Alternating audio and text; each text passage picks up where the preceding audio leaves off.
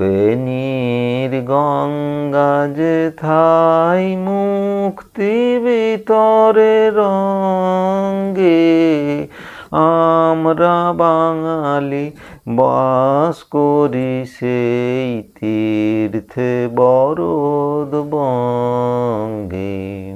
মুক্ত বেনির গঙ্গা যেথায় মুক্তি ভিতরে রঙ্গে, আমরা বাঙালি বাস করি সেই তীর্থে বরদ বঙ্গে।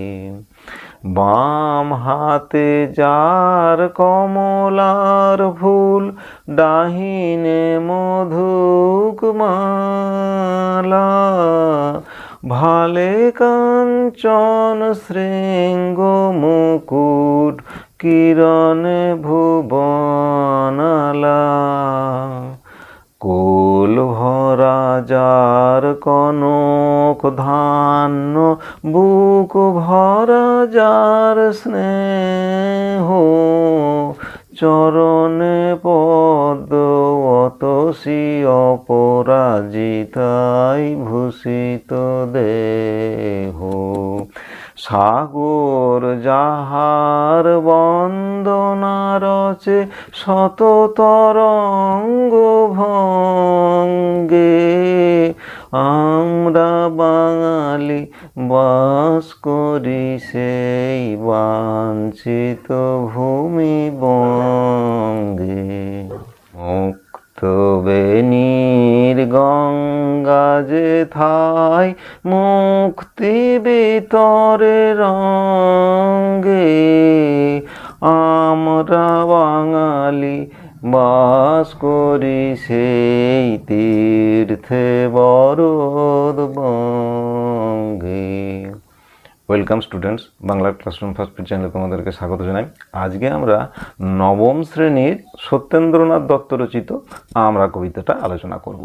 আমরা প্রথমে সত্যেন্দ্রনাথ দত্ত সম্পর্কে একটু জেনে নিই। তিনি কোন সময় আবির্ভূত হয়েছিলেন, তার পটভূমিটুকুনি একটু জানতে পারলে আমাদের এই কবিতাটা বুঝতে সুবিধা হবে। আমরা প্রথমে সেই সম্পর্কে একটু জেনে নিই, আলোচনা করে নিচ্ছি। তিনি যখন আবির্ভূত হয়েছিলেন তখন গোটা বাংলায় একটা দেশপ্রেমের আবহ চলছিল। সেই সমকালীন পটভূমিটাকে আমাদেরকে একটু বুঝে নিতে হবে। দেশপ্রেমের মন্ত্রে ওই ঊনবিংশ শতাব্দী তো আবর্তিত হয়েছিল। ঊনবিংশ শতাব্দীর গোটা কাল পিরিয়ডটাই তখন বাংলা তথা গোটা ভারতবাসী ধরতে হবে, বঙ্গবাসী তথা ভারতবাসী দেশপ্রেমের মন্ত্রে একেবারে দীক্ষা গ্রহণ করেছিলেন। সেই সময়কার সমকালীন যে ঘটনা প্রবাহ চলেছে তার থেকে আমরা এই সিদ্ধান্তটাকে গ্রহণ করতেই পারি। হিন্দু কলেজের যে বিখ্যাত অধ্যাপকের নাম তোমরা হয়তো শুনেছ, হেনরি লুই ভিভিয়ান ডিরোজিও, তিনি এই জন্মভূমিকে নিয়ে প্রথম কবিতা রচনা করেছিলেন ইংরেজিতে। এটা আমরা জানতে পারছি আর কি। যাই হোক, ঈশ্বরচন্দ্র গুপ্ত পরবর্তীকালে আমরা কবিদের পর্বগুলো, যারা এই সময় কবিগুলো আবির্ভূত হয়েছিলেন, তাদের লেখনের বৈশিষ্ট্যগুলো আমরা একটু আলোচনা করলে আমরা সত্যেন্দ্রনাথ দত্ত সম্পর্কে একটু বুঝে নিতে পারবো যে তিনি কোন সময় আবির্ভূত হয়েছিলেন এবং তিনি কেন এই ধরনের কাব্য কবিতাটা লিখেছিলেন। যাই হোক, ঈশ্বরচন্দ্র গুপ্ত বাংলা ভাষা, বাংলাদেশ, বাংলার পূজা পালা পার্বণ, বাংলা ঋতুবৈচিত্র্য নিয়ে কবিতা রচনা করেছেন এবং তিনি বলেছিলেন, দেশের কুকুর ধরি বিদেশের ঠাকুর ফিলিয়া। সেই দেশভক্তির আবেগটা এইভাবে তখন কবি সমাজের মধ্যে আবর্তিত হয়েছিল। এরপরে রঙ্গলাল বন্দ্যোপাধ্যায় সাহিত্যক্ষেত্রে অবতীর্ণ হয়েছেন। রঙ্গলাল বন্দ্যোপাধ্যায় তিনিও লিখেছিলেন, স্বাধীনতাহীনতায় কে বাঁচিতে চাই হে কে বাঁচিতে চাই। এইভাবে দেশপ্রেমের আবেগটা তখন গর্জে উঠেছিল। এরপরে আমরা মহাকবি মধুসূদন দত্তের কথা পাচ্ছি। মহাকবি মধুসূদন তার মেঘনাদ পদ্মের কাব্যের নায়ক ঘরবেদী যে বিভীষণ আছে, তিনিও বিভীষণকেও সেই বাণী শুনিয়েছিলেন যে নির্গুণ স্বজন শ্রেয় পরসদা। যেখানে আমরা বিভীষণের সঙ্গে মেঘনাদের কথোপকথন হচ্ছে, সেইখানে মেঘনাদ কাকাকে বিভীষণকে উদ্দেশ্য করে এই কথাটা বলছে যে নির্গুণ স্বজন শ্রেয়, স্বজন যে, আত্মীয় যে, আপনজন যে, সে যদি নির্গুণও হয় তবু সে আপনার হয় পরের থেকে। আর এরপরে মহাকবি মধুসূদন দত্ত তিনি যখন বিলেতে গিয়েছিলেন ব্যারিস্টারি পড়তে, জাহাজে করে বসে যখন যাচ্ছেন, তখনও তিনি তার মনের মধ্যে যে আকুলতা রয়েছে সেই আকুলতাটাকে তিনি বন্ধুর কাছে পত্রের মাধ্যমে লিখে এভাবে প্রকাশ করেছিলেন যে, রেখমা দাসের মনে এ মিনতি করি পদে, সাদিতে মনের স্বাদ ঘটে যদি পরমাদ, মধুহীন করোনা গো তব মন কোকনদে। এই কবিতা আমরা পড়েছি। যাই হোক, এইভাবে আমরা দেখতে পেয়েছি দেশপ্রেমের একটা ভাবাবেগ চলেছিল গোটা ঊনবিংশ শতক জুড়ে। মধুসূদন দত্তের হাতে এই যে মায়ের কথা পেলাম, রেখো মা দাসের মনে, এই মা কিন্তু তার গর্ভধারিণী মা নয়, এই মা হচ্ছে দেশজননী মা, দেশমাতা। ভৌগোলিক সীমায় আবদ্ধ যে দেশ, তাকে যে মা বলে সম্বোধন করা যায়, এইটা আমরা প্রথম মধুসূদনের হাতেই পেলাম। হেমচন্দ্র, পরবর্তীকালে নবীনচন্দ্র, তাদের কাব্য কবিতাতে এই দেশমাতৃকার জয়গান রচিত হয়েছে। সহস্র আবেগে, আনন্দে, বেদনায়, এগুলো আমরা পরিচয়গুলো পাচ্ছি। তারপরে আমরা বঙ্কিমচন্দ্রের হাতে এই ধরনের লেখা পেয়েছি। কমলাকান্তের দপ্তর প্রবন্ধে সেইখানে লেখক তার দেশজননীর পায়ে অশ্রু সজল পুষ্পাঞ্জলি নিবেদন করেছেন। তারপর আমরা তারই রচিত আনন্দমঠ উপন্যাসের কথা জানি। সে আনন্দমঠের উপন্যাসে সন্ন্যাসী সন্তানেরা দেশকে জানলেন দেবী রূপে, দেবী জগদ্ধাত্রী, কালিকা রূপে। এইভাবে আনন্দমঠ উপন্যাসে তার বর্ণনাটা তিনি করেছেন। দেবী দুর্গা রূপে তাকে বন্দনা করেছেন। তারপরে বন্দে মাতরম গানের কথা আমরা জানি। তার আকাশ বাতাস এভাবে ধ্বনিত হয়েছিল, বন্দে মাতরম গানের মন্ত্রে দীক্ষিত হয়েছিল তরুণ যুব সমাজ। তার পরবর্তীকালে আমরা নাট্যকার দ্বিজেন্দ্রলালকে পেয়েছি। তিনিও এসে দেশভক্তির গানের, তার সাহিত্য, তার গান, তার নাটক দিয়ে দেশপ্রেমের জয়গান গেয়ে গেছেন। নাট্যকার দ্বিজেন্দ্রলালের নাটকে তার গানে গানে উৎসারিত হলো বঙ্গ সন্তানদের হৃদয়জাত ভক্তি উচ্ছ্বাস। মানে নাট্যকার দ্বিজেন্দ্রলালও এই সময়ে আবির্ভূত হয়েছিলেন। তারও লেখালেখির মধ্যে আমরা এই দেশপ্রেমের আবেগটাকে আমরা দেখতে পাই। তার পরবর্তীকালে এলেন রবীন্দ্রনাথ ঠাকুর। রবীন্দ্রনাথ ঠাকুর হিন্দু মেলার জাতীয় পতাকা বহন করে কণ্ঠে গান এবং কবিতা নিয়ে এলেন, এবং সেই সময়, যে সময়ে পট পরিবর্তনগুলো হচ্ছে, ঘটনাগুলো পরপর আমরা দেখতে পাচ্ছি, ঊনবিংশ শতকটা তখন শেষ হয়ে আসছে, এরপরে বিংশ শতক শুরু হচ্ছে। সেই বিংশ শতকের সোনার লগ্নেই একটা ঘটনা ঘটলো, আমাদের বাংলার ভাগ্যাকাশে দুর্যোগের ঘটনা ঘটে উঠলো। কী হলো না, লর্ড কার্জন তখন বড়লাট, এবং তিনি 1905 খ্রিস্টাব্দে বঙ্গভঙ্গ করলেন। এইভাবে আইন পাস করে বঙ্গভঙ্গ যখন করা হলো, তখন তার বিরুদ্ধে সবাই গর্জে উঠলেন। রবীন্দ্রনাথ গাইলেন, বাংলার মাটি, বাংলার জল, বাংলার বায়ু, বাংলার ফল, পূর্ণ হোক, পূর্ণ হোক, পূর্ণ হোক হে ভগবান। তারপরে রাখি বন্ধনের গান শোনালেন, পড়লেন রাখি। এরপরই রামেন্দ্র সুন্দর ত্রিবেদী নির্দেশে বাংলার নতুন ব্রত পালিত হলো, অরন্ধন দিবস। অরন্ধনের মাধ্যমে সেই রামেন্দ্র সুন্দর ত্রিবেদীর এই নতুন ব্রতকে আমরা পালন করলাম। বাংলার জল, বাংলার মাটি এইভাবে আমাদের কাছে পূর্ণ হয়ে উঠল। ঠিক এই সময়ে সত্যেন্দ্রনাথ দত্তের আবির্ভাব ঘটেছে বাংলা সাহিত্যের আসরে, কবি রূপে, গায়ক রূপে। তার এই যে গানটা আমি গাইলাম, এটা এত সুন্দর, কবিতাটা যে গানটা না গিয়ে আমি থাকতে পারলাম না। আমার খুবই ভালো লাগলো এই গানটা, এত সুন্দর, মানে তার লেখনীটা গোটা বাংলা তথা ভারতের মধ্যে এইভাবে মানে দেশমাতৃকাকে জাজ্বল্যরূপে বিভিন্ন ক্ষেত্রে তিনি যে দিকগুলো উন্মোচন করেছেন আমাদের আমরা কবিতার মধ্যে, সেটা খুবই প্রশংসনীয়, এবং সেটা আমাদের মনকে এত সুন্দরভাবে টানে। তাতে সেই সময়কার বাংলার যুবকদের কাছে তা অত্যন্ত আনন্দের এবং কাছের হয়েছিল। যাই হোক, তারপরে তিনি ওই চারণ কবির একাগ্রতায় তিনি গাইলেন সেই সব সর্বহৃদয়স্পর্শী গান। শুধু তো আমরা কবিতাটা নয়, এছাড়া আমরা তো অন্য কবিতা পাচ্ছি, গঙ্গার হৃদি বঙ্গভূমি বা অন্যান্য কাব্য কবিতাও তিনি রচনা করেছেন। সেরকম একটি হৃদয়স্পর্শী গান আমরা জানি, সত্যেন্দ্রনাথ দত্তের খুব বিখ্যাত গান, কোন দেশেতে তরুলতা সকল দেশের চাইতে শ্যামল, কোন দেশেতে চলতে গেলেই দলতে হয় রে দুর্বা কোমল, কোথায় ফলে সোনার ফসল, সোনার কমল ফোটে রে, সে আমাদের বাংলাদেশ, আমাদেরই বাংলা রে। শুধু বাংলা নয়, সমগ্র ভারতবর্ষকেও কবি দেখেছিলেন জ্ঞান বিজ্ঞানের আলোকে, ধ্যানের তন্ময়তায়, প্রেমের প্রগাঢ় বোধে। বাংলা তো ভারত বিচ্ছিন্ন কোনো জায়গা নয়, তবু বাংলার বাস্তব মূর্তি আর ধ্যান মূর্তির কাছেই আমরা যেতে সুযোগ পেয়েছি। অন্য আর একটি কবিতা যেটা আমি বললাম খানিকক্ষণ আগে, সেটা হচ্ছে গঙ্গা হৃদি বঙ্গভূমি নামক কবিতায়। সেখানেও বক্তব্য বিষয়টা আমরা কবিতার সঙ্গে সমগোত্রীয়, হুবহু মিল রয়েছে। আমরা কবিতার যা বিষয়বস্তু, গঙ্গা হৃদি বঙ্গভূমি কবিতারও সে একই বিষয়বস্তু। আমরা ও গঙ্গা হৃদি বঙ্গভূমি দুটো কবিতায় একই সব উপাদানে উপকরণে গঠিত হয়েছে, রচিত হয়েছে। বঙ্গগৌরবের বহু স্মৃতি এই দুটি কবিতার মধ্যে আমরা খুঁজে পাই।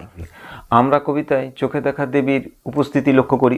গঙ্গা হৃদি বঙ্গভূমি কবিতায় ধ্যানগোচর হয়েছে জননী বঙ্গদেবীর চিন্ময়ী মূর্তি। আমরা কবিতায় মৃন্ময়ী মূর্তির পরিচয়ের প্রাধান্যটা পাচ্ছি, আর গঙ্গা হৃদি বঙ্গভূমি কবিতায় চিন্ময়ী দেবী আরাধনার আয়োজনের প্রাধান্য। এইভাবে দুটো কবিতায় সমগোত্রীয় হলেও কিছু কিছু এই রচনাগত একটু পার্থক্যগুলো রয়েছে। সে যাই হোক, আমাদের তো এখন গঙ্গা হৃদি বঙ্গভূমি কবিতাটার উদ্দেশ্য নয়, আমাদের এখন আমরা কবিতাটা আমরা আলোচনা করব। আমরা কবিতাটি প্রথমে বাণী পত্রিকায় 1911 খ্রিস্টাব্দে এবং পরবর্তীকালে 1912 খ্রিস্টাব্দে কুহু ও কেকা নামক কাব্যগ্রন্থে এটি অন্তর্ভুক্ত হয়। কবিতায় কবি জন্মভূমি বঙ্গদেশের সৌন্দর্যের কথা ব্যক্ত করেছেন এবং একটা স্নেহময় রূপের বিবরণ দিয়েছেন। সমস্ত বিষয়গুলোই তার কবিতার মধ্যে এসেছে। বাংলার যাবতীয় যা যা বিষয়, বাঙালির শৌর্যবীর্যের পরিচয় আমরা পেয়েছি, জ্ঞান গরিমার পরিচয় পেয়েছি, স্থাপত্য ভাস্কর্যের পরিচয়, লড়াকু মানসিকতার অতীত ইতিহাসও তিনি ফুটিয়ে তুলেছেন। কবির প্রত্যাশা বাঙালি তার সাধনা এবং প্রতিভা বলে সকলের মঙ্গল ঘট পূর্ণ করার মধ্য দিয়েই শ্রেষ্ঠত্বের সূচনা করবে, নিজেদেরকে বিশ্বের দরবারে প্রতিষ্ঠিত করবে, এই ভাবনাটাকে ব্যক্ত করতে চেয়েছেন। যাই হোক, আমরা সংক্ষেপে একটু সত্যেন্দ্রনাথ দত্ত সম্পর্কে জেনে নিই। তার আবির্ভাবকালের সময়কালীন পটভূমিটুকুনি জানলাম। ঊনবিংশ শতক বিংশ শতকের যে সমস্ত সমকালীন ঘটনাগুলো ঘটেছে সেই সময়ই তো আবির্ভূত তিনি হয়েছিলেন। তারপরে আমরা দেখি তার কাব্যের বিচিত্র সৃষ্টির কথাটা সম্পর্কে একটু জানি। সত্যেন্দ্রনাথ ছোটবেলা থেকেই কাব্য জগতে প্রবেশ করেছিলেন। খেলাধুলার বদলে লেখালেখিতেই তার আগ্রহ বেশি ছিল। তার প্রথম কবিতা স্বর্গাদপি গড়িয়সী প্রকাশিত হয় 1894 খ্রিস্টাব্দে। এফএ পড়ার সময় তার প্রথম কাব্যগ্রন্থ সবিতা প্রকাশিত হয়। তবে এই কাব্যগ্রন্থটা তার নাম ছাপা হয়নি। 1905 খ্রিস্টাব্দ থেকে তিনি নিয়মিত কাব্যচর্চা শুরু করেন। এগুলির মধ্যে সন্ধিক্ষণ, বেণু, বীণা, তীর্থসলিল, তীর্থরেণু, ফুলের ফসল, কুহু ও কেকা, হোমশিখা প্রভৃতি কাব্যগ্রন্থগুলো উল্লেখযোগ্য। এগুলো আমরা জানি সেই সময়কার ভারতী বা প্রবাসী বা সবুজপত্র প্রভৃতি পত্রিকায় এগুলো প্রকাশিত হয়েছিল। কাব্য কবিতাগুলো সবই উল্লেখযোগ্য। আচ্ছা, রবীন্দ্র যুগের অগ্রণী কবি হিসেবে সত্যেন্দ্রনাথকে আমরা গ্রহণ করতে পারি। রবীন্দ্রনাথ যুগের কবি সত্যেন্দ্রনাথ প্রথম জীবনে কাব্যগুরু হিসেবে কাকে কাকে পেয়েছিলেন আমরা পরিচয়গুলো তো আগেই পেলাম। মাইকেল মধুসূদন দত্ত, দেবেন্দ্রনাথ সেন, অক্ষয় কুমার বড়াল। কিন্তু সে পথে তিনি বেশি দিন হাঁটেননি, তাদের নকল তিনি করেননি। বরং রবীন্দ্র সমকালে দাঁড়িয়ে তিনি রবীন্দ্র মুগ্ধতায় আবিষ্ট হয়েছিলেন বেশি। রবীন্দ্র পরবর্তীকালে যে রবীন্দ্র অনুকারী সম্প্রদায় তৈরি হয়েছিল তাদের মধ্যে অগ্রজ এবং অগ্রণী হয়ে উঠেছিলেন আমাদের এই সত্যেন্দ্রনাথ দত্ত। তবে এদের মধ্যে সবচেয়ে স্বতন্ত্র একটা সত্তা তিনি নিজে তৈরি করতে পেরেছিলেন। তাই বুদ্ধদেব বসু তাকে এই পর্বের শ্রেষ্ঠ কবি হিসেবে স্বীকৃতি জানিয়েছিলেন। এইটুকুনি ব্যাপারটা একটু জানিয়ে নিতে হবে। বিশ্ব মানবতা বোধে বিশ্বাসী সত্যেন্দ্রনাথ দত্ত মনে প্রাণে বাঙালি ছিলেন। তাই বাংলার প্রকৃতি, বাংলা ভাষা, বাঙালি মনীষীদের পরিচয় বা বঙ্গজননী বারবার তার কবিতায় নানাভাবে ধরা দিয়েছে। বাঙালি শৌর্যবীর্য, তাদের সাহসিকতা, বিজ্ঞান মনস্কতা, কৃষ্টি এবং সংস্কৃতিকে তিনি শ্রদ্ধার সঙ্গে বিশ্বের দরবারে পৌঁছে দিতে চেয়েছে এবং এইভাবেই তো তিনি কবিতাটাকে রচনা করেছেন। যাই হোক, এরই পাশাপাশি শ্রমজীবী মানুষের প্রতি তার আকণ্ঠ সমর্থন ছিল, সহানুভূতি ছিল। শ্রমজীবী মানুষের মুক্তি যে শুধুমাত্র শ্রমজীবীদের হাতেই, এ সত্ত্বেও তার পথের স্মৃতি কবিতায় সুস্পষ্ট রূপে ধরা পড়েছে। ইত্যাদি ইত্যাদি ভাবধারাগুলো তার কাব্য কবিতার বিশেষ বৈশিষ্ট্য হিসেবে এসেছে। যাই হোক, আমরা সত্যেন্দ্রনাথের আর একটা গুণের পরিচয় পাচ্ছি যে তিনি অনেক বিদেশি ভাষা সম্পর্কেও তার স্বচ্ছন্দ জ্ঞান ছিল আর কি। বেশ কয়েকটি ভাষায় তার পারদর্শিতা ছিল। মানে গোটা পৃথিবীর কাব্য সাধনা বাঙালির কাছে তিনি পৌঁছে দিতে চেয়েছিলেন অনুবাদ মাধ্যমে। তিনি অনুবাদ করেছিলেন Charles Baudelaire, Walt Whitman, Thomas hood প্রভৃতি এদের কবিতা তিনি অনুবাদ করেছিলেন। এমনকি জার্মান ভাষা থেকে গ্যাটে, সিলার, হাইনেকেও তিনি অনুবাদ করেছেন। এই অনুবাদ কাব্যগুলোই তীর্থসলিল, তীর্থরেণু বা মণিমঞ্জুষা নামক এই কাব্যগ্রন্থে স্থান পেয়েছে। এই ব্যাপারগুলো একটু জানিয়ে নিতে হবে। আর একটা দিক উল্লেখযোগ্য, যেটা না উল্লেখ করলেই নয়, সেটা হচ্ছে ছন্দের ব্যাপারটা। তিনি একবারে ছান্দসিক কবি আর কি যাকে বলে। ছন্দ চর্চায় সত্যেন্দ্রনাথ দত্তের অবদান রয়েছে। তিনি এই বিষয়ে চিরস্মরণীয়। রবীন্দ্রনাথ তাকে এই কারণে ছন্দের জাদুকর বলেছিলেন। বস্তুত কাব্যের এই অঙ্গসজ্জার কারণেই তিনি বাংলা কবিতা পাঠকের কাছে তিনি আজও প্রিয়। পাঠ্য আমরা কবিতাতে আমাদের আলোচনা করতে হবে কি না, কবি যে জাতীয়তাবোধে উদ্দীপ্ত হয়েছিলেন, সেই জাতীয়তাবোধে উদ্দীপ্ত কবি বাঙালির ঐতিহ্য ঐশ্বর্যের শাশ্বত কীর্তিগাথা তুলে ধরে সমকালীন প্রেক্ষাপটে দাঁড়িয়ে বাঙালিকে তার দায়িত্ব এবং কর্তব্য নিরূপণে সচেষ্ট হয়েছিলেন। 1922 খ্রিস্টাব্দে 25শে জুন মাত্র 40 বছর বয়সে কবি সত্যেন্দ্রনাথ দত্তের মৃত্যু হয়েছিল। এইটুকুনি আমরা তার ব্যক্তি পরিচয় সম্পর্কে জানলাম।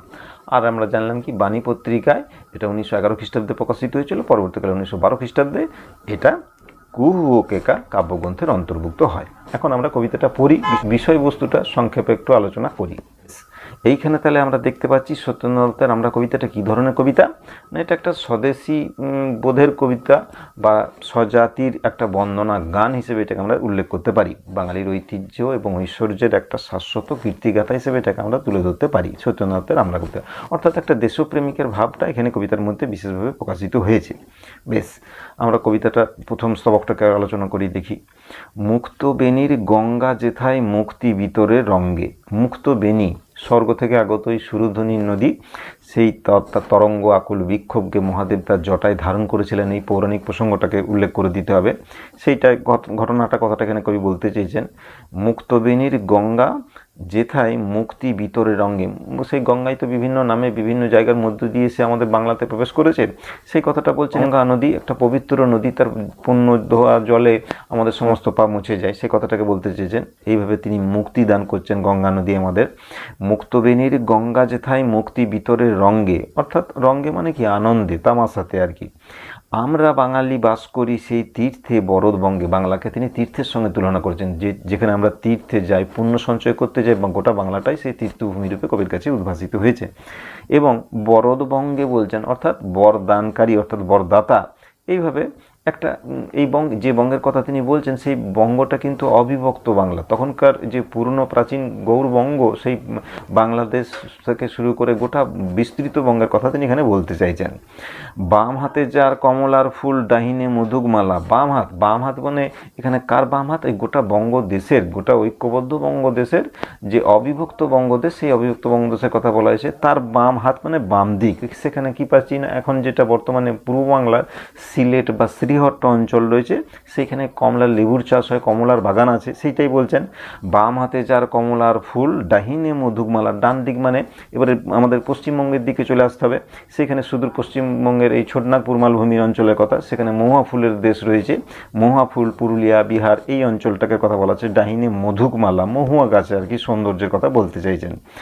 ভালে কাঞ্চন শৃঙ্গ মুকুট, কিরণে ভুবন আলা। ভালে মানে কপালে, মানে ডান দিক হলো বাম দিক হলো, পরে ভালে মানে কপালে কি পাচ্ছি না, কাঞ্চন শৃঙ্গ মুকুট, কাঞ্চনজঙ্ঘার কথা বলা হচ্ছে, সেখানে পাহাড়ের কথা বলা হচ্ছে। তুষার ধবল যে শৃঙ্গ, সেই কাঞ্চনজঙ্ঘার কথা বলা হচ্ছে।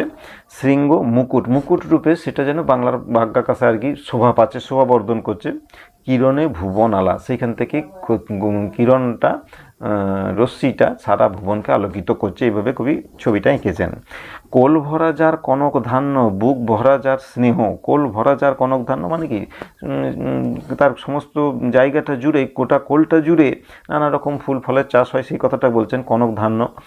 বুক ভরা যার স্নেহ, শুধুমাত্র ধান চাষের কথাই নয়, ফুল ফলের নয়, তার স্নেহ মায়া মমতা দিয়ে যে বাংলার হৃদস্পন্দনটা ঘেরা, সেটাকেও তিনি উল্লেখ করছেন। কোমলতার পরিচয়টাকে তিনি এইভাবে ব্যক্ত করতে চাইছেন। চরণে পদ্ম অতসী অপরাজিতায় ভূষিত দেহ।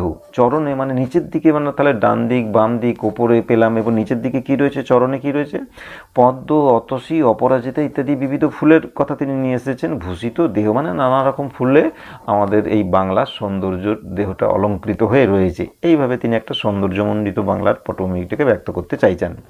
সাগর যাহার বন্দনা রচে শত তরঙ্গ ভঙ্গে। সাগর নিচেতে বঙ্গোপসাগরের কথা তিনি উল্লেখ করছেন, সেই সাগর যেন বাংলার বন্দনা করছেন বলে কবি মনে করছেন। শত তরঙ্গ ভঙ্গে, তরঙ্গগুলো আছড়ে এসে পড়ছে বঙ্গভূমির পায়েতে, এই বলে তিনি মনে করছেন। আমরা বাঙালি সেইখানেই তো বাস করছি, সেই কথাটাকে তিনি আবার শেষ লাইনে তুলে এনেছেন। আমরা বাঙালি বাস করি সেই বাঞ্ছিত ভূমি বঙ্গে। বাঞ্ছিত মানে কি, অভিলষিত বঙ্গে, এইখানে সবাই জন্মগ্রহণ করতে ইচ্ছা পোষণ করে আর কি, সেই কথাটা আমরা সেইখানেই বাঞ্ছিত ভূমি বঙ্গেতে বাস করছি এবং আমরা খুব পুণ্য অর্জন করছি। এইভাবে আমাদের সমস্ত পাপ মুক্তবেণী ধুইয়ে দিচ্ছে, এবং তার এই সৌন্দর্যের কথা প্রথম স্তবকে আমরা পেলাম। এরপরে দ্বিতীয় স্তবকে যাই, সেখানে আমরা কি বর্ণনাটা পাচ্ছি দেখি। বাঘের সঙ্গে যুদ্ধ করিয়া আমরা বাঁচিয়ে আছি। এরপর আমাদের শৌর্যবীর্যের কথাও পড়ছি, আমরা কেমনভাবে অতীতকাল থেকে এখানে বঙ্গভূমিতে রয়েছি, আমাদের অতীত ইতিহাসের কথাটা আমরা সেখানে জানতে পারছি। অর্থাৎ প্রতিকূলতার সঙ্গে লড়াই করে আমাদেরকে থাকতে হয়েছে, বেঁচে থেকেছি, সেই কথাটাও বলছে। বাঘের সঙ্গে যুদ্ধ করিয়া আমরা বাঁচিয়ে আছি। আজও যে আমরা বাঘের সঙ্গে যুদ্ধ করি, আমরা পেপারে প্রত্যেক দিনে খবরে পাচ্ছি যে সুন্দরবনে মাছ ধরতে গিয়ে বাঘের মুখে পড়ে মৎস্যজীবীরা মারা যাচ্ছে, সেই কথাগুলো আমরা প্রতিদিন পেপারে এখনও আজও আমরা জানতে পারছি। তার মানে কি, এইভাবে আমরা বাঘের সঙ্গে যুদ্ধ করে আজও বেঁচে আছি, এই কথাটার জন্য কবি বলতে চাইছেন আর কি। আমরা হেলায় নাগেরে খেলায় নাগেরই মাথায় নাচি। অর্থাৎ বাঘ সাপ এরাই সব আমাদের প্রতিবেশী রূপে এসেছে, যেন তাদের সঙ্গেই আমাদের ঘর সংসার, এইভাবে তাদেরকে নিয়ে আমরা ঘর সংসার করি। নাগেরে খেলায় নাগেরই মাথায় নাচি। আমাদের সেনা যুদ্ধ করেছে সজ্জিত চতুরঙ্গে। আমাদের পূর্বজ সেনাদের কথা বলা হচ্ছে, সেনারা কি করেছে, যুদ্ধ করেছে সজ্জিত চতুরঙ্গে। চতুরঙ্গ কথাটা উল্লেখযোগ্য। চতুরঙ্গ মানে চারটে অঙ্গ, হস্তি, অশ্ব, রথ আর পদাতি, এই চারটে অঙ্গকে বলা হচ্ছে চতুরঙ্গ। দশানঞ্জয়ী রামচন্দ্রের প্রপিতামহের সঙ্গে। দশানঞ্জয়ী, দশ আনন যার, এটা বহুব্রী সমাস। সমাজটা আমাদেরকে পরবর্তীকালে দশম শ্রেণীতে গিয়ে পড়তে হবে, সেখানে দশাননটা পাবো। যাই হোক, দশানন মানে 10টা আনন যার, মুখ যার। সেই দশাননকে পরাজিত করেছিল কে? রামচন্দ্র। সেই রামচন্দ্রের প্রপিতামহের সঙ্গে, অর্থাৎ ঠাকুরদাদার সঙ্গে আমাদের যুদ্ধের কথাটাকে বলা হচ্ছে। দশরথ আর কৌশল্যা পুত্র রামচন্দ্র তার প্রপিতামহের সঙ্গে, ঠাকুরদাদার সঙ্গে, অর্থাৎ এখানে আর্য অনার্যের একটা দ্বৈরথের কথাটা যেন কবি বলতে চেয়েছেন। অর্থাৎ সেই রঘুর সঙ্গে, রাঘব যার জন্য নাম হয়েছে প্রপিতামহ, সেই রঘুর কথাটা এখানে বলা হচ্ছে। দশানঞ্জয়ী রামচন্দ্রের প্রপিতামহের সঙ্গে আমাদের সেনা যুদ্ধ করেছে। আমাদের ছেলে বিজয় সিংহ লঙ্কা করিয়া জয়। আমাদের ছেলেরা একটা পরিচয় পাচ্ছি, কী নাম তার? বিজয় সিংহ। তিনি লঙ্কা জয় করেছিলেন, অর্থাৎ সিংহল, শ্রীলঙ্কা জয় করেছিলেন। এই লঙ্কা দ্বীপের প্রথম রাজবংশের প্রতিষ্ঠাতা বা আদিপুরুষ হচ্ছে এই বিজয় সিংহ। বিজয় সিংহের কথাটা যেটা পাচ্ছি, আমাদের ছেলে বিজয় সিংহ লঙ্কা করিয়া জয়, সিংহল নামে রেখে গেছে নিজ শৌর্যের পরিচয়। সেই লঙ্কাটাকে জয় করে তিনি নিজের নাম অনুযায়ী বিজয় সিংহ থেকে তিনি সিংহল নামটা রেখেছিলেন। তার নাম অনুসারে এই লঙ্কা দ্বীপের নাম হয়েছে সিংহল। তার মধ্যে সেই শৌর্য বীর্যবত্তার পরিচয়টা তো ফুটে উঠেছে, সেই কথাটা এখানে কবি বলতে চাইছে। তারপরে এক হাতে মোড়া মগেরে রুখেছি। আমাদের শৌর্যবীর্যের পরিচয়টা সেই এই দ্বিতীয় স্তবকে আমরা পাচ্ছি। শৌর্যবীর্যের পরিচয় হিসেবে কি পাচ্ছি? মগ। এটা এই খুলনা, নোয়াখালী, চট্টগ্রাম এই মানে জলদস্যুদের অত্যাচার ছিল আর কি। সেই সময়কার কথাটা বলা হচ্ছে, দস্যুদেরকে বলা হতো মগ আর কি, জলদস্যু। সেই জলদস্যুদের মগেদের আমরা রুখেছি। মোগলের আর হাতে, এক হাতে তাদেরকে রুখেছি। কাদেরকে? মগেদেরকে, যারা আরাকান থেকে আসতো এই জলদস্যুরা, তাদেরকে আমরা রুখেছি। আর এক হাতে মোগলের, অর্থাৎ মোগলদেরকেও আমরা রুখেছি। মানে জাতীয় চরিত্রের পরাক্রমটাকে এখানে কবি প্রকাশ করেছেন এইভাবে। তার মানে জাতীয় চরিত্রে কতটা দৃঢ় ছিল, কতটা বীরত্ব আমাদের পূর্বপুরুষদের ছিল বাঙালির, সেই কথাটাকে কবি এখানে এইভাবে পংক্তির পর পংক্তি সাজিয়ে দ্বিতীয় স্তবকে শৌর্যবীর্যের পরিচয়টাকে তুলে ধরছেন। তারপরে কি হচ্ছে? মোগলদেরকে এইভাবে আমরা রুখে দিয়েছি। চাঁদ প্রতাপের হুকুমে হটিতে হয়েছে দিল্লীনাথে। চাঁদ প্রতাপটাকে, চাঁদ রায়, প্রতাপাদিত্য রায়, এরা সব ওই মানে 12 ভূঁইয়াদের অন্যতম আর কি। এরকম এরাও খুব সাহসী এবং সাহসিকতার পরিচয়টা পাচ্ছি। 12 ভূঁইয়াদের অন্যতম, বাংলার স্বাধীনতার অন্যতম যে 12 জন জমিদার ছিল তাদের মধ্যে 2 জনের নাম পাচ্ছি আর কি, 12 ভূঁইয়া। এবং এরা বিক্রমপুর, যশোরের জমিদার ছিলেন, তাদের কথাটা এখানে আমরা পাচ্ছি। চাঁদ প্রতাপের, চাঁদ রায়, প্রতাপাদিত্য রায়ে হুকুমে হটিতে হয়েছে দিল্লীনাথে। আকবর, জাহাঙ্গীর, এদের কথা বলা হচ্ছে। এইভাবে তাদেরকেও এখান থেকে সরে যেতে হয়েছে। অর্থাৎ বাঙালির গৌরবগাথা, বীরত্বগাথা, চরিত্রের কত দৃঢ়তার পরিচয় আমরা পাচ্ছি, পরাক্রমের পরিচয় পাচ্ছি। দ্বিতীয় স্তবকে তার বর্ণনাটা কবি এখানে দিলেন। তারপরের আর একটা স্তবক পড়ে দিই, তাহলে 3টে হয়ে যাবে। দেখি এখানে কি বলছে। জ্ঞানের নিধান আদিবিদ্যান কপিল সাংখ্যকার। জ্ঞানের নিধান, আদিবিদ্যান মানে কি? প্রাচীন পণ্ডিত। কপিল সাংখ্যকার মানে সাংখ্য দর্শন প্রণেতা। কপিল পৌরাণিক ঋষি আর কি, বিষ্ণু ভক্ত প্রহ্লাদের পুত্র কপিল সাংখ্যকার। গঙ্গাসাগর হলে সাধন ক্ষেত্র। যাই হোক, এরপর তিনি কি বলছেন? সেই জ্ঞানের নিদান আদিবিদ্যান সেই প্রাচীন পণ্ডিত কপিল সাংখ্যকার এই বাংলার মাটিতে গাঁথিল সূত্রে হীরখার। এই বাংলার মাটিতে বসেই তিনি হীরখার সূত্রে গাঁথলেন। অর্থাৎ মানেটা কি না, সাংখ্য দর্শনের সূত্রের কথাটা এখানে কবি বলতে চেয়েছেন। ঈশ্বরের অস্তিত্ব নেই, পুরুষরূপী আত্মা এবং তার প্রকৃতি অনাদি অনন্ত, এই সমস্ত বিচারের কথাগুলো আর কি হীরক সূত্রের কথা বলা হয়েছে। সেটাকে কবি এইভাবে বলছেন, এই বাংলার মাটিতে গাঁথিল সূত্রে হীরকহার। তার রচনাটার নাম হচ্ছে হীরক সূত্র, সেইটাকে বলছেন সূত্রে হীরকহার। এইভাবে কপিল সাংখ্যকার আমাদের গৌরব বৃদ্ধি করেছেন। বাংলার মাটিতে বসে প্রাচীন পণ্ডিত, আদিবিদ্যানের কথা বললেন।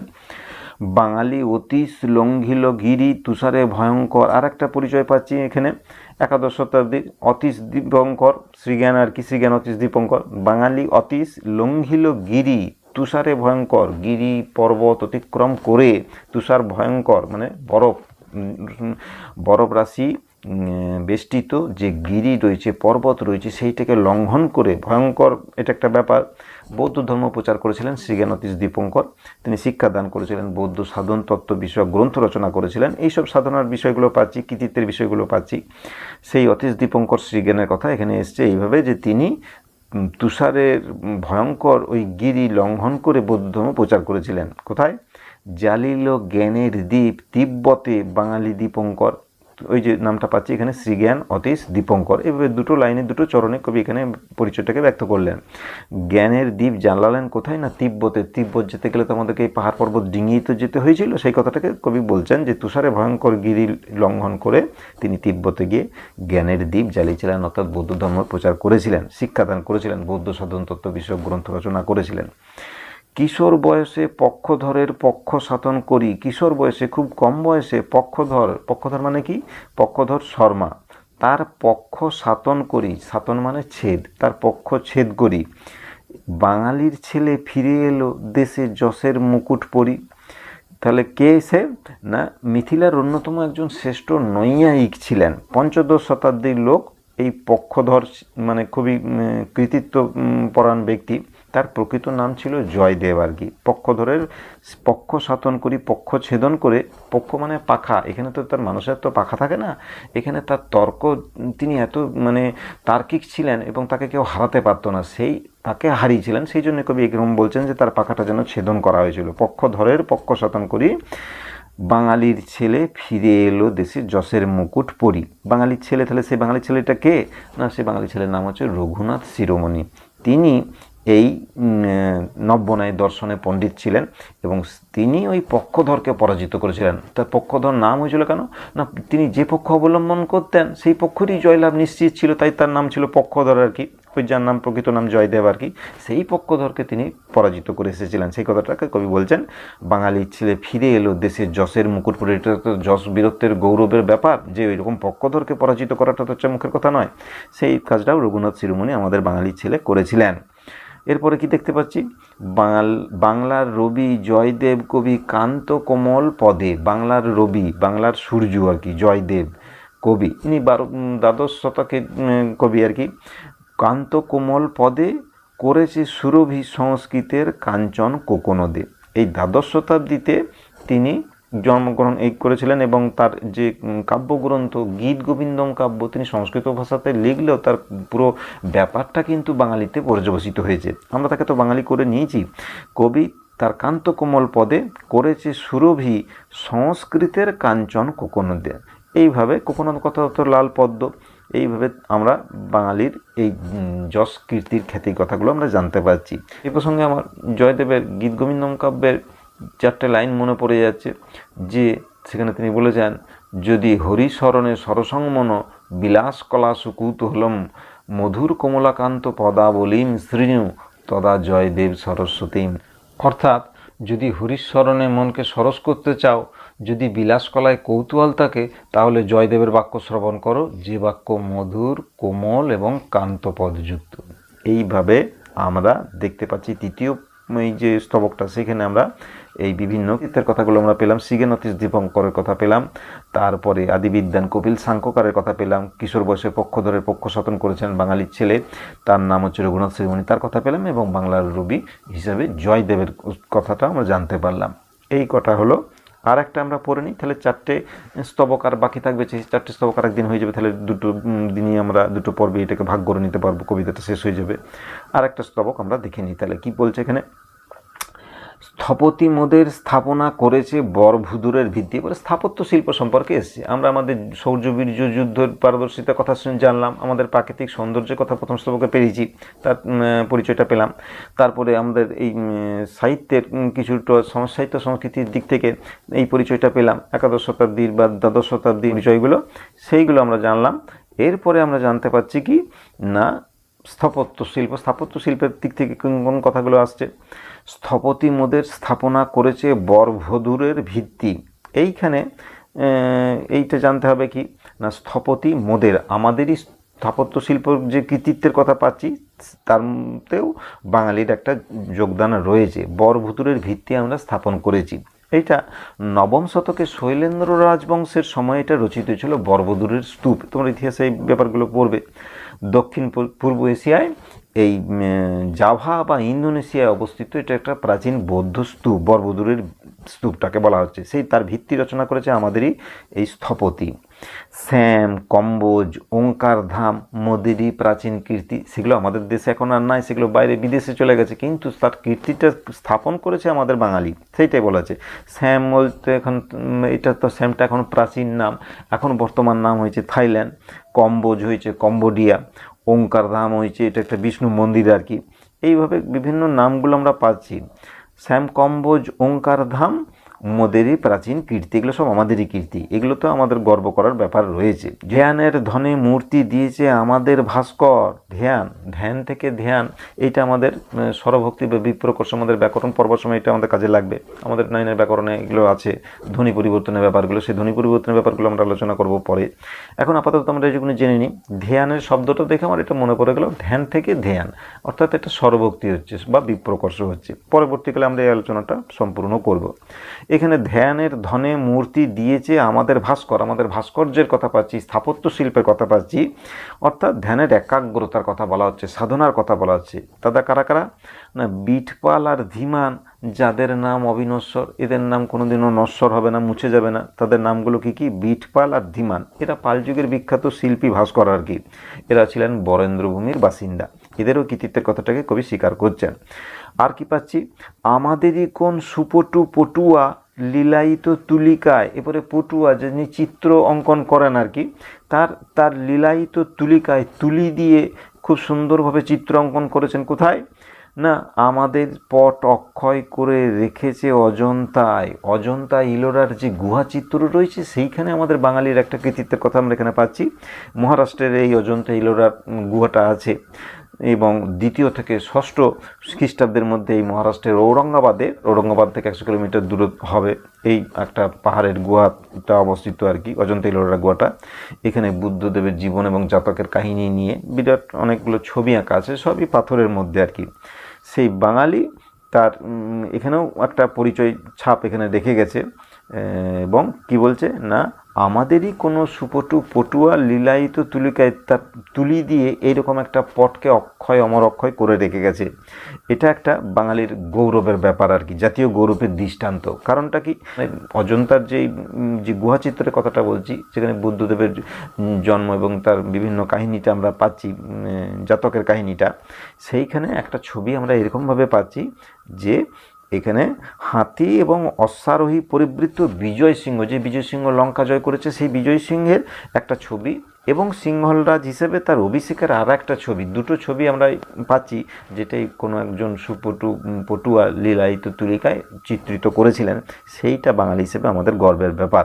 বাঙালি রাজপুত্রের যে বিজয় সিংহের কথা আমরা পাচ্ছি, যে সিংহল জয় করেছিল এবং তার নাম অনুযায়ী সিংহল হয়েছে বিজয় সিংহের নামানুসারে, সেই বাঙালি রাজপুত্রের বীরগাথা যে কোনো বাঙালি পটুয়ার ছবির দ্বারাই অমর হয়ে যাবে, এই ব্যাপারটাকে কবি এখানে তুলে ধরতে চেয়েছেন। অজন্তার গুহাচিত্রের এরকম একটা চিরকালীন মর্যাদা পেয়েছে আর কি, মর্যাদা লাভ করেছে, সেই ব্যাপারটাকেও তিনি বলতে চেয়েছেন। তারপরে কি পাচ্ছি? কীর্তনে আর বাউলের গানে আমরা দিয়েছি খুলি।